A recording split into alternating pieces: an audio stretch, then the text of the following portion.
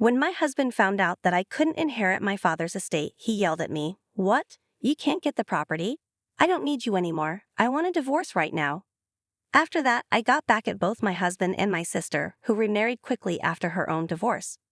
My name is Julie, and I'm a 32-year-old office worker. I've been married to Brian for 2 years.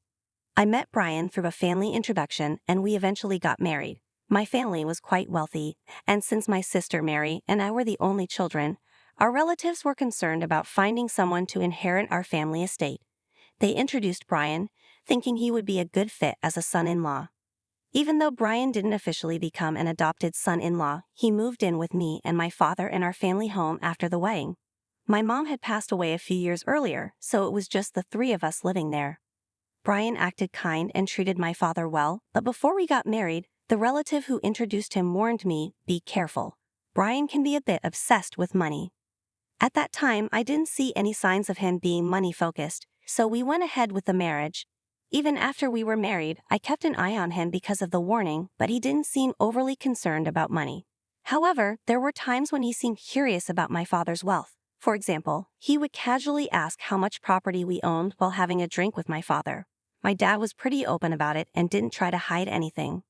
I didn't think much of it at the time, but my husband also seemed interested in my sister. My sister is 5 years younger than me. Unlike my calm and quiet personality, she's lively, social, and often surrounded by men. She has a very flashy lifestyle. We don't look alike at all, and when my husband first met her, he was shocked. "Your sister is so different from you, Julie, isn't she?" he said. I could see he was fascinated by her. My sister is beautiful with striking features, while I have a more plain appearance. Seeing him admire her made me feel uneasy. Our relatives introduced me to Brian because they were worried I wouldn't find a husband due to my modest looks and personality, and without someone to marry, there would be no one to carry on our family name. At first, I thought it was unnecessary since my sister was beautiful and popular, but I later understood why they were concerned. My father spoiled my sister a lot. After high school, she went to college and then a vocational school. She didn't have any clear goals for attending either. She simply didn't want to work. My mother was stricter with her, pushing her to find a job after college, but my father always supported my sister, sending her to vocational school instead. When my sister graduated, she got a job at a company owned by a friend of my father's. However, she quit after just 6 months. I couldn't believe her excuse for leaving the job. "I can't fully use my talents at that company," she said. It was shocking because she had only worked for half a year and was acting like she already knew everything about her job. My mother and I were baffled, but my father believed her. He quickly helped her find another job. Not long after starting her new job, our mother got sick and was hospitalized. My sister visited her every day, even taking time off work. Eventually, she quit that job too, saying she wanted to take care of our sick mother. However, when my sister said she'd take care of our mother, all she really did was sit in the hospital room, chatting with her or staring at her phone in the waiting room. I had to do the actual work, like bringing new clothes and taking home our mother's laundry during her hospital stay. My sister didn't help at all. Even though our mother might have enjoyed having someone to talk to, her condition got worse over the next month, to the point where she couldn't even speak. 2 weeks after that, she passed away. My father and sister were so shocked by her sudden death that they couldn't handle the funeral preparations, so I had to do everything. Thankfully, our relatives helped, and we were able to say goodbye to my mother properly. After our mother died, my sister got a part-time job and moved out of the family home to live on her own. Since she didn't make enough money to pay rent, my father paid her rent and utility bills, while she spent what she earned on fun and leisure. Whenever her part-time income wasn't enough, she would ask our father for more money. When our mother was alive, she had been strict and wouldn't let our father give my sister an allowance after she started working, but now he gave her whatever she wanted. At the time, I didn't think it was a problem as long as they were happy with the arrangement. Even after I got married and moved back into the family home with my husband, my father continued to give my sister an allowance. What I didn't know then was that my sister was also asking my husband for money, and he was giving it to her willingly. He couldn't say no to my beautiful sister and would secretly give her money, saying, "Don't tell Julie, she might get jealous if she finds out." My sister would only work part-time when she felt like it and live off the money from our father and my husband. But her carefree lifestyle came to an end when our father got sick and had to be hospitalized. While I was taking care of our father during my breaks from work, my sister never came to the hospital. Instead, she started calling me, demanding money.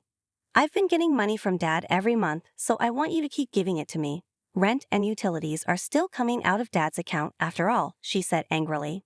I was shocked to learn about this for the first time. I got really angry at my sister for caring only about herself and not about our hospitalized father. I wanted to hang up on her, but she seemed to be in trouble, so I asked how much money she had been getting. How much have you been getting from Dad every month? You should get a job and start living on your own money, I told her. My sister replied grumpily, "You're so annoying. I've been getting $1,000 a month, and that's not even including rent and utilities." I couldn't believe my sister was bragging about how much money she was receiving. I thought if Dad kept giving her so much, she'd never feel motivated to work seriously. At first, I didn't think it was a big deal that Dad was helping her out, since I believed he would recover soon. But then, his condition suddenly got worse, and I barely had time to contact our relatives. The doctor told me things were serious, and I was deeply shocked. In times like these, I wanted my husband's support, but he rarely came to the hospital, always saying he was too busy with work. When he did visit, he would ask me inappropriate questions like, "Your father's inheritance must be huge, right? Since it's just you and your sister, are you going to split it in half?" I didn't know how to respond to my husband, who only seemed interested in the inheritance. That's when I realized what the relatives meant when they warned me that my husband was obsessed with money, and I felt disgusted. When my sister called, I explained that our father was in critical condition, but instead of showing concern, she only worried about her own money. "Make sure you pay me my monthly allowance. I can't survive without that money," she said before abruptly hanging up. I was angry at her selfishness, but also worried about a faint male voice I heard in the background. I recognized the voice and had a bad feeling. About a month later, our father passed away. Neither my sister nor my husband were there during his final moments. I had already gone through my mother's funeral, so I knew how tough it would be to handle everything. Neither my sister nor my husband helped at all. My sister didn't even attend the funeral, and while my husband did show up, he left right afterward, saying he had work. One of our relatives, who had introduced me to my husband, noticed he was missing and asked, "Where's your husband? Isn't it strange for the chief mourner to be absent?" I forced a smile and replied, "He's busy with work, so he had to leave." The relative sighed, and I felt like sighing too. After the funeral, when I finally had a moment to rest, my husband grinned and asked, "So how much did you inherit? Even if you split it with your sister, you'll get a lot, right?" It was clear now, just as my relatives had warned before we got married. My husband was only interested in my father's inheritance. Disappointed, I gave him a sarcastic response.